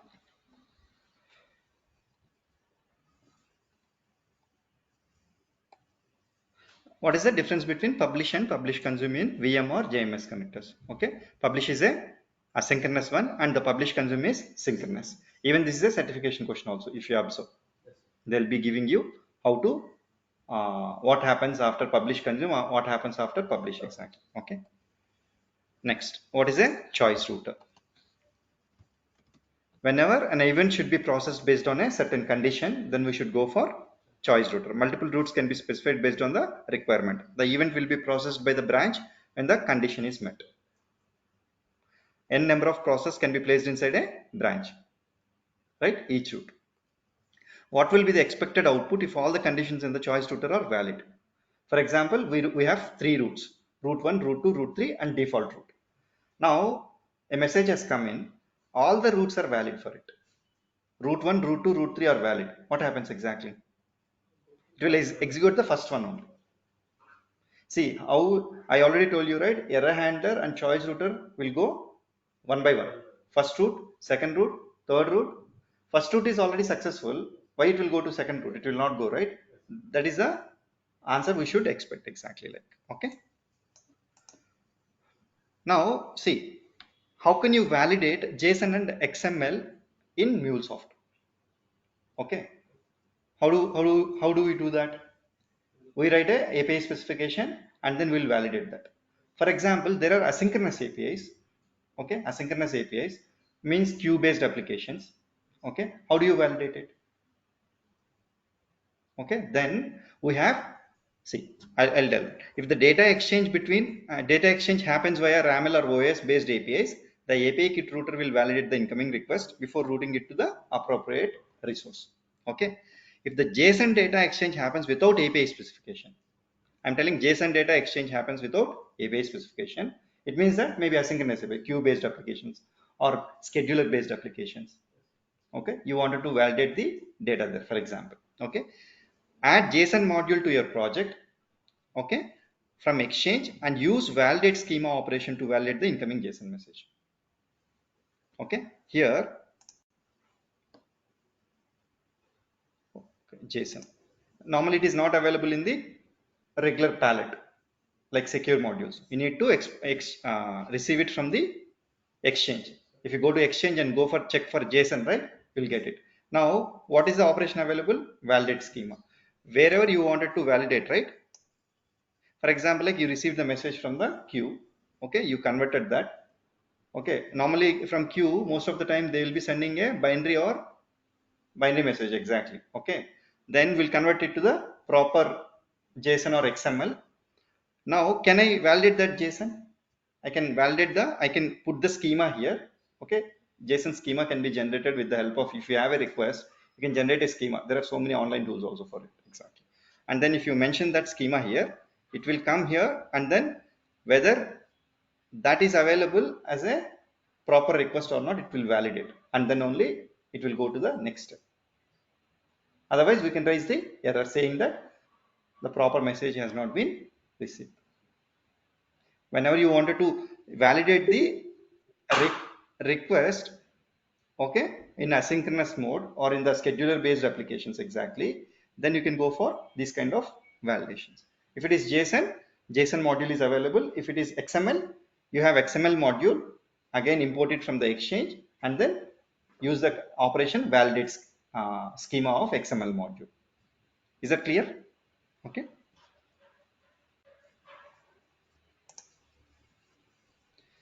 If the XML data exchange happens without API specification, add XML module to your project from Exchange and use validate schema operation to validate the incoming XML message.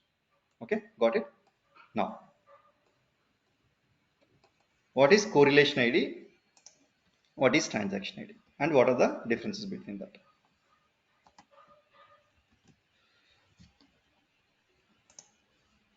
Correlation ID is a unique identifier string, right? Okay, unique identifier string that is assigned automatically when an event is started. When the event will start? From process itself, event will start, right? Okay, right? When Mule event will be generated, a Mule event will be generated. Whose responsibility is to generate the Mule event? Listener, right? Okay, as soon as listener will take the request, HTTP request, and then it will convert that into a Mule event. Exactly. Okay, and it is generating the correlation ID also automatically. Okay, why correlation ID? It means that how your flow is getting processed. To monitor the entire flow of that particular request, a unique ID will be generated. That unique ID is nothing but correlation ID. Okay, how it will be generated? It will try to check from the headers or from the source if they receive that X hyphen correlation hyphen ID, it will not generate. If that header is not available, then automatically it will generate. The system will itself will generate correlation. Okay. It would be easier to trace the journey of a request in a Mule application. Exactly. Now, what is transaction ID? It is also a unique ID, but that is assigned explicitly to identify a specific business transaction journey. For example, I wanted to trace the journey of a particular request from Experience API to System API. What we are trying to do? We are creating a transaction ID in the Experience API, okay, and then we are trying to propagate the same transaction ID throughout the Experience API, Process API, and System API. Now, if we wanted to understand the difference, correlation ID can be used to trace the request within the Experience API, for example, within the Process API, another correlation ID, okay, another correlation ID within System API. Okay. Now, if I wanted to check the entire journey of that particular request from experience to system, can I use a unique ID called transaction ID? Okay. For that, generally what happens is there is a set transaction ID component available in the MuleSoft also. We can use that, but most of the time what we'll try to do, we'll try to create a variable and use unique UUID function, right? Okay. Or if, for example, there is in our banking, this one, a transaction loyalty management project itself, there is a transaction ID coming in, right? Okay, already which transaction ID? That is part of the business request. The same transaction ID is unique for each and every process, right? Can I use the same transaction ID as my transaction ID? I can use that. Maybe otherwise order ID is coming in. Order ID will be unique for the total request, right? Can I use that order ID as the transaction ID? Okay. See, if there is no unique ID in the request, then we can go for our own unique ID with the help of UUID function. If there is something which is receiving from the request, then we can use that also as the transaction ID. Okay, got it? Okay, fine. Now, that is what the difference between that and we have discussed here. In MuleSoft, both transaction ID and correlation ID help track messages. It will help us to track the messages, but they serve different purposes. Okay. The correlation ID helps link related messages across a flow, especially in splitting and aggregation scenarios. Okay. The transaction IDs, on the other hand, are specifically for associating events with a business transaction or easier analysis and debugging. Okay, the same thing. Otherwise, you can keep the same thing here also. I just wanted to show some difference exactly between that, and that is the reason I have written a different sentences here. That's it. Any questions here?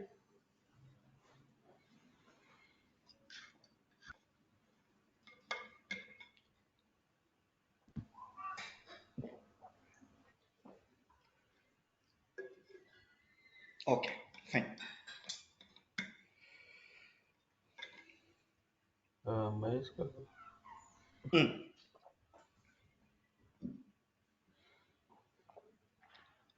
Someone asked me.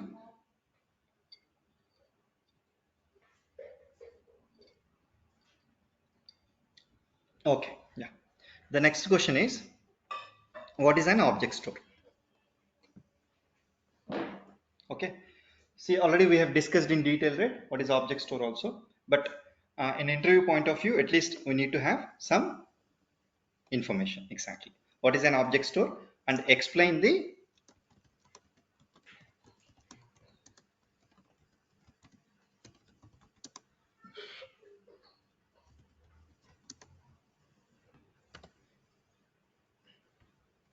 okay, fine. Object store connector. You can call object store also as a connector itself. Okay. Whenever they ask you what are the connectors you have used, you can put object store as a connector and you can tell that maybe HTTP request, database, JMS, VM. Okay. Even object store also can fall into the category of connector. Okay. Is a Mule component used to store data in key value pairs. Okay.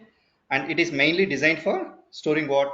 Watermark, access tokens, and maybe sometimes there'll be some business use cases. In those use cases, some user information also we can try to store it and access it exactly. Now there are two types of object store. One is persistent and in memory. In persistent object store, the data is available even after system crashes or application is redeployed. In in-memory object store, the data is available till the app is up and running. It provides app and running, and it provides different operations exactly. Okay. Once it is restarted or system crashes, what happens? In memory one, the data will be removed, exactly, lost. What are the operations available? We have store, retrieve all keys, retrieve all, contains, remove, clear. Okay. Now it stores the given value using the given key, store, and retrieve. It retrieves the value for the given key. Retrieve all keys. It will retrieve only the keys available in the object store. Retrieve all. It retrieves all key value pairs. Retrieve all keys will be using only to retrieve keys actually. Retrieve all is for keys as well as values also. Now contains. It checks if any value exists for the given key. If value is available, it returns true, else false. Okay, to check whether any key is available or not in the object store, then we can use contains. Remove. It removes the value associated with the given key. If we give the key, it will remove the value for that particular key. Clear. It clears all keys and values associated with the object. Okay, you should understand the difference between remove and clear. Okay, maybe retrieve and retrieve all. Okay, these are little tricky to understand, right? For example, like you told I have worked on object store. Immediately if I ask what is the difference between retrieve and retrieval operations of object store, if you know clearly, then you can explain that exactly. Okay, fine. Any doubts here? Okay, fine.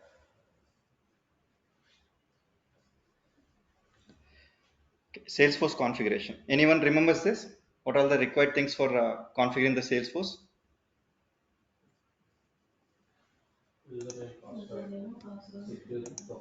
Secure token. This is for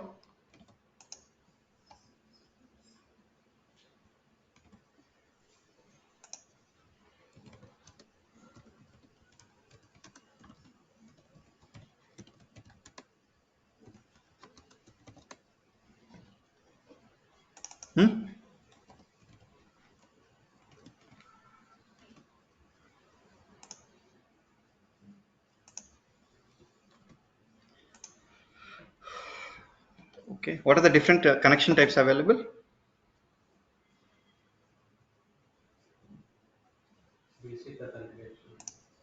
Okay, basic authentication. Now, what is the connection type you have mentioned?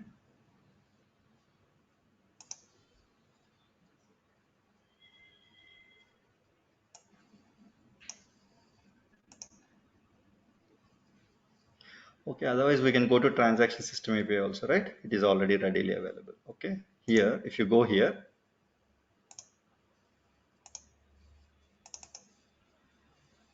okay, create, edit. Okay, see here. What is the connection type we have used? Basic authentication. What is this basic authentication?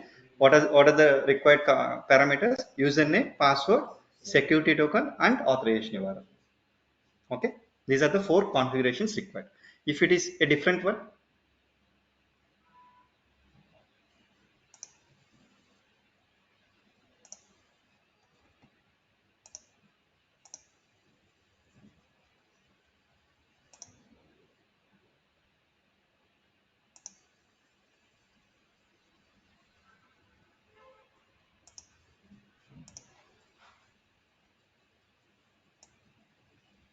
okay, see, you have different configurations here. If you observe, mostly they are related to OAuth exactly. Okay, OAuth v2.0, what are the required things? Consumer key, consumer secret, authorization URL, access token URL, and the scopes also can be defined here exactly. If you define those things here, then only you'll be able to connect. Okay,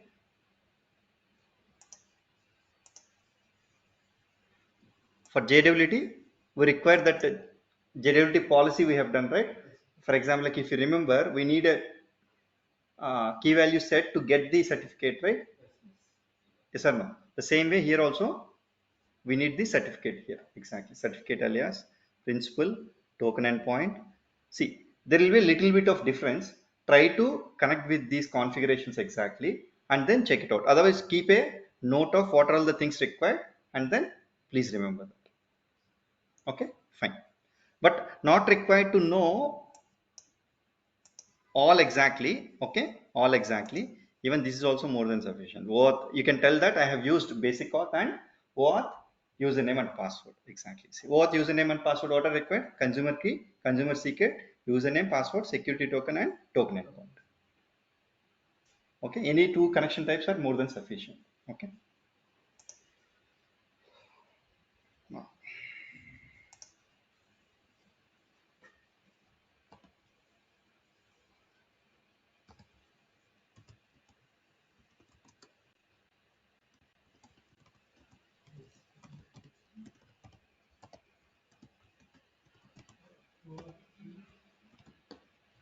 okay, I'm not writing it here now. Okay, why to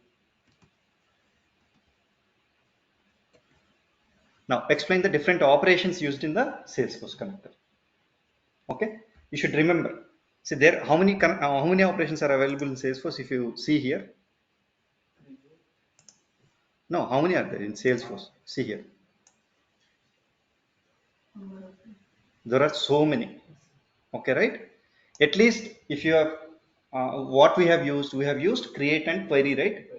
Okay, at least remember 4 5 operations from here. Okay, maybe create is there, query is there, upsert is there, right? Delete. In real time there is less option. See, on modified object or on new object also can be used. Exactly. Okay, what happens? It is similar to listener. As soon as there is an update in the object or a new record in the object or updated some record in the object, what happens? It will trigger. It is a source component. Exactly. Query all is there. Okay, okay, try to check out some 4 5 operations and keep that in your list.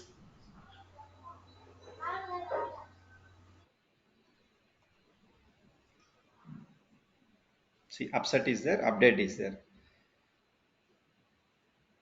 but you should be clear enough about that particular operation. Okay, right?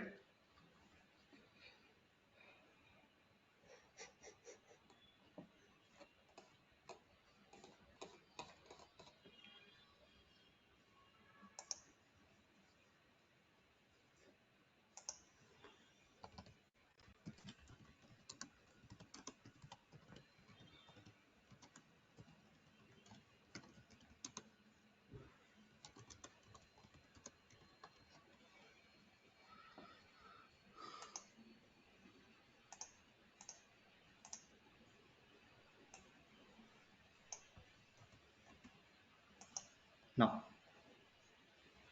see, explain the CACD approach you have followed.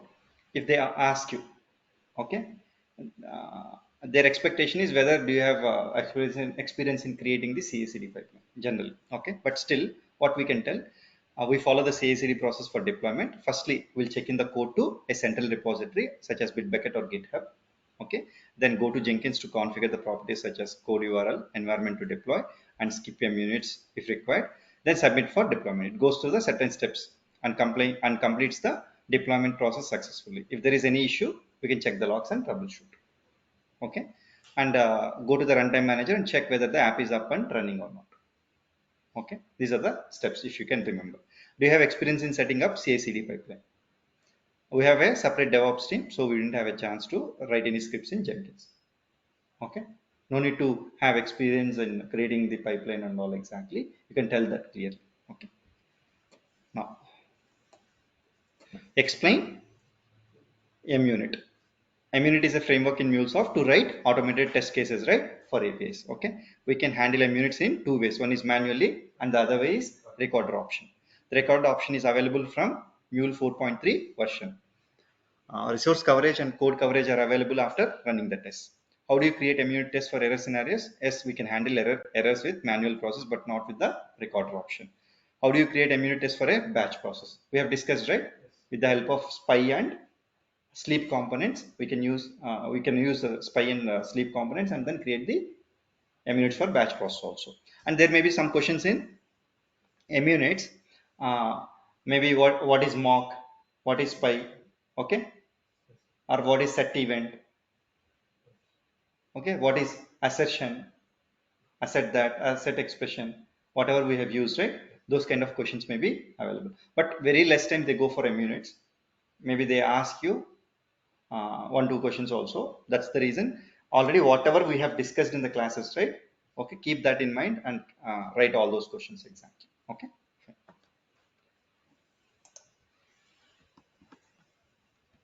Maybe what model do you follow, agile or waterfall? Exactly, most of the projects are agile only. Already we discussed, right? The sprint planning, backlog refinement, okay, retrospective meetings, daily stand-up meetings, okay, those words should reflect here. Okay, anyway, I'll write some content here and I'll keep it. Okay, fine. Means that you are working in an agile environment, the interviewer should know if they ask you. Okay. Explain flow reference. Flow reference can be used to call a flow, subflow, or private flow. The payload of child flow can be saved in a target variable for using it later. Exactly. Okay. And how do you handle failed records in the batch process? Okay. In the first batch step, configure the accept policy as no failed records and max failed records to a number as per requirement and process the records. In the second batch step, keep accept policy as only failed records, right? We discussed this case, right? And then process the failed records. If the records are failing again, then insert them into a table or publish them to a dead letter queue based on the requirement. And how do you monitor your APIs? We can do it with the help of AnyPoint monitoring. It is used to monitor APIs. We can monitor the number of requests received, number of responses sent, time taken for processing, performance of APIs can be checked in AnyPoint monitoring. Exactly. Okay. These are the questions. Okay. I've completed. There are some other questions which I have not noted it here. I'll see whether if they're matching, and if they're not covered, I will discuss. I have noted down some questions in Notepad. See, how do you retrieve the payloads of different branches of or routes in scattergather? Payload of 0 dot payload, payload of 1 dot payload. We have seen, right? Okay, that way you can do it. And we have discussed the transaction management one also, right? Okay. See, there may be a question. There are 100 records to be inserted in table 1 and table 2, and 50 records got succeeded. Sorry, first 100 records are inserted into the first table, and the second table is not getting inserted. It failed exactly. I should roll back, try them, keep them in a try block, and then use extended architecture because both belongs to a different databases exactly. Okay, if it is same database, one insert local is sufficient. Okay.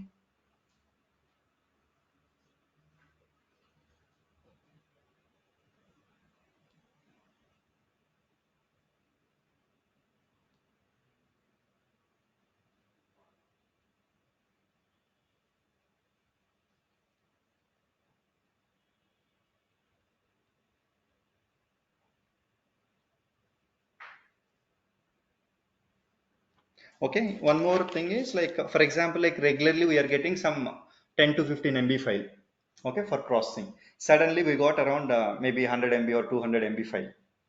Okay, the data is huge and the file size increased. Okay, now what is the approach you follow?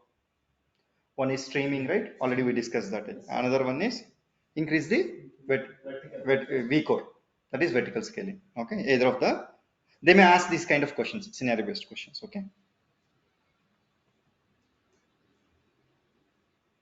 Okay, variable created inside parallel for each will not exist outside of parallel for each. Exactly.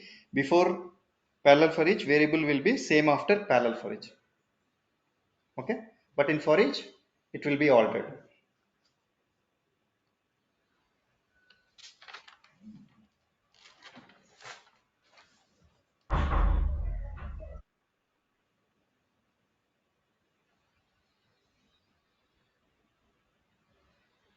Okay, I have two tables from where I wanted to retrieve data which are not dependent. How do you handle it?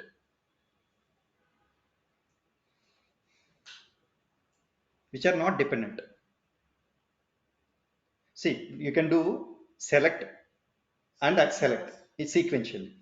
Or I can put a scatter gather, select in one route, select in another route. Now parallel processing will happen, right? See, sequentially now what happens, it will retrieve the data from one database, then only it will retrieve the data from the second database. I told independent, they're not dependent, exactly. Now I can use a scatter gather and put that in two routes. Now the response time will be reduced, right? Okay, got it? That may be a question.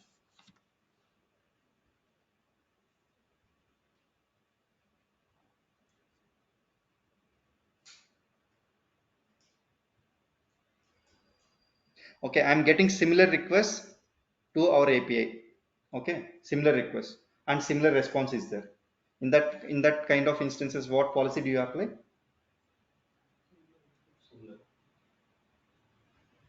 HTTP caching, right? Okay. See, we discussed HTTP caching. In the reverse manner also, you should be able to answer the question. Okay. I told same request, same response multiple times. Exactly. Okay, right?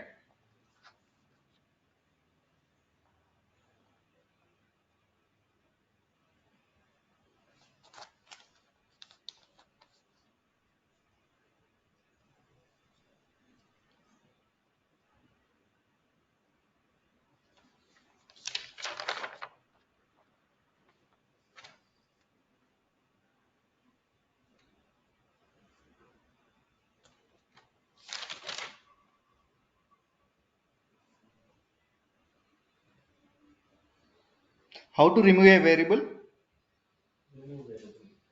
Okay, we'll use remove variable.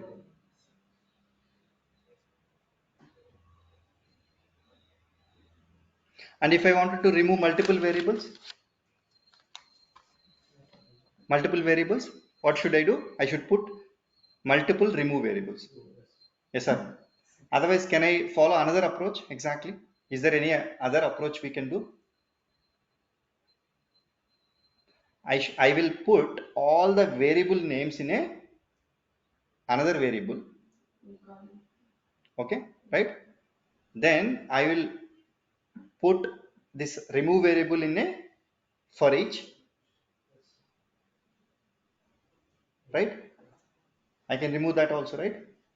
Now what happens? Dynamically I can remove, right? See, array of variable names are there.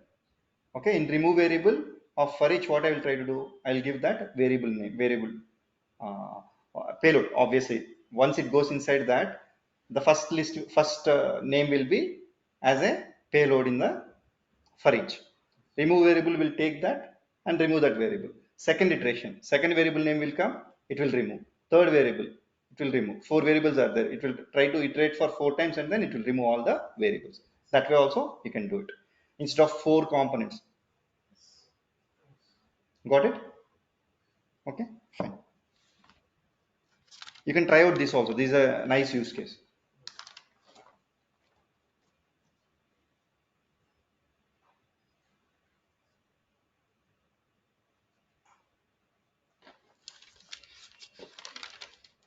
I just wanted to explain this thing also. What is this exactly? Initial state and max concurrency. See, initial state can be by default, it will be started. Okay. If I keep stopped, what happens? Even if it is deployed also, it will be in stopped mode only. It will not start. What you should do, you should go to runtime manager and then manually again start the process exactly. Okay. If there are certain instances you don't want to start the process, in that cases they will use, most of the time they will not use exactly. Okay. By default, it will be an empty option only. What is this max concurrency? No, only one, for example, like if I keep it as 1, Only one transaction will be received one time. Okay, right? By default, we'll leave it to system only. Most of the time, we will not configure these things exactly. If there are any limitations of the system, then we can configure this also in the main flow, because main flow is receiving things, right?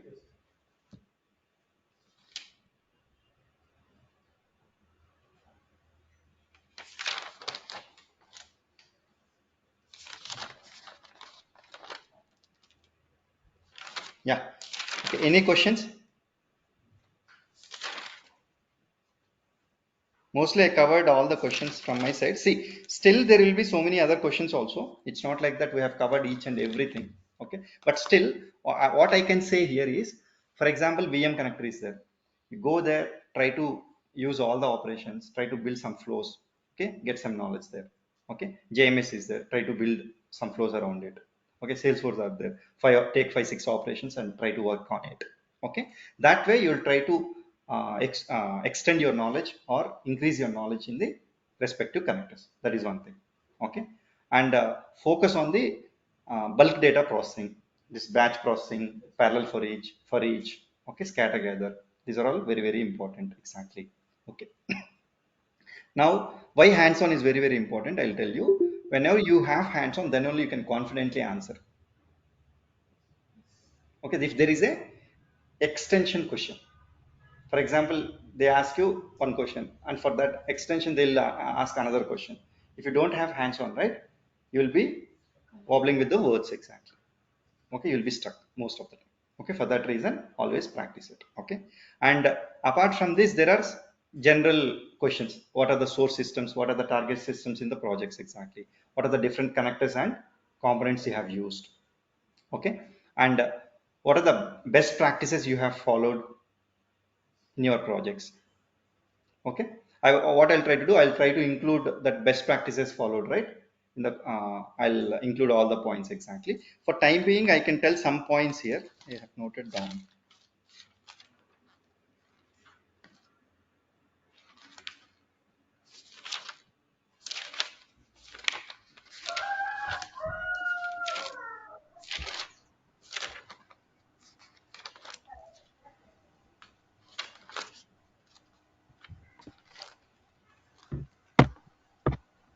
What are the best practices actually? Whenever caching is required, caching is to increase the, say for example, like there can be two kind of questions. What are the best practices you followed as part of your development process, or what are the different ways you try to increase the performance of a API?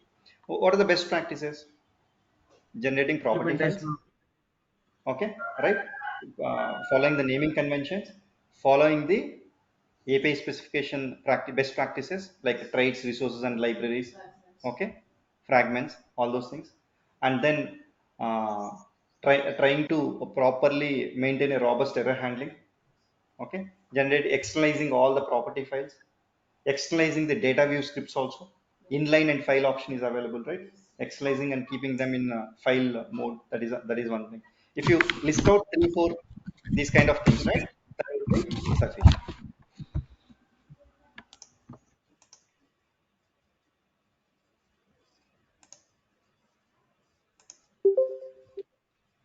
Now what are the practices you follow to increase the performance of our API?